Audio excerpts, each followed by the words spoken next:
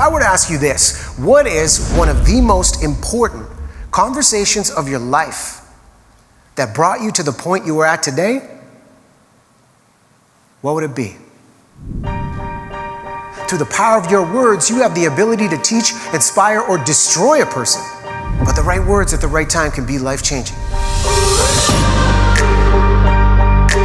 When we look at the era of digital communication that we are in, it is so easy to mistake connectivity for connection.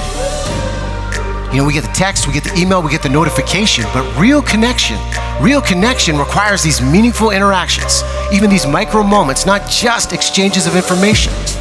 Some of you might be listening to this message and thinking, yeah, connection's great. I don't have time for this. I have so many other things to do, but here is the thing. If we do not make time for connection, we will need to make time to manage misunderstandings. Because if we look at this amazing era that we're in right now, these tools of AI have supercharged our ability to brainstorm. But human connection is necessary for the breakthroughs. The through line of these key objectives is connection. Because we cannot motivate, influence, or inspire anyone unless we connect with them first. And today we're going to cover off some of the key habits of human connection that are going to help you build these relationships so you can learn, innovate, grow, and thrive together. Hey Riaz, good to meet you. Love that beard. That's strong. I grew it myself, you know.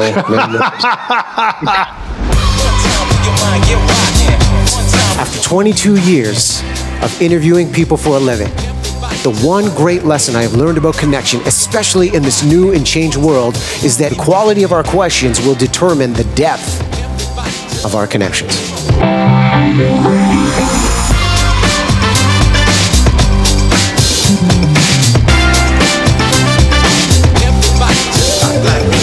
So how do we do this? We start by making our small talk bigger. If we want to make our small talk bigger, I invite you to look at the idea of how we can ask first, talk second, and ask the questions that ChatGPT cannot answer.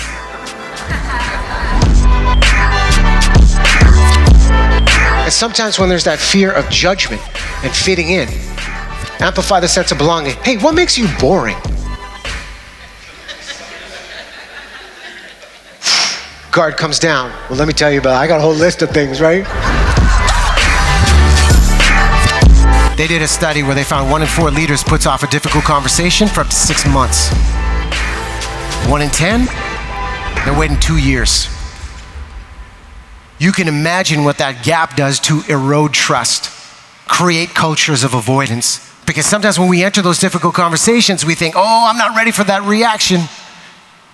And we're worried about what we're going to get, what we're going to receive, and we forget what it's like to feel that on the other side. So the next time we enter these conversations, how can we prioritize putting the relationship first and logic second? And leading with that sense of empathetic curiosity. And when we lead with these types of questions during sensitive times, people begin to understand, hey, this is the two of us versus the challenge. This isn't me versus you. I can see when I close my eyes, suddenly going back in time. It was amazing. People were laughing, people were crying, people were just inspired. A new lens on how to communicate with people and how to do it effectively. Fantastic. Fantastic. Because if we prioritize connection, we will be able to deepen trust and navigate those difficult conversations by calling people up, not calling people out. If we prioritize connection, we will be able to transform our confrontations into collaborations. And if we prioritize connection, you will be able to outcare your competition.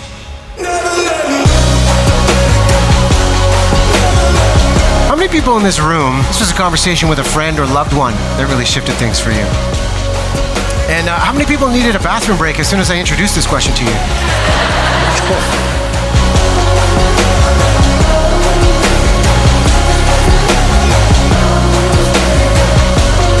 Today I asked you, what's one of the most important conversations you've ever had?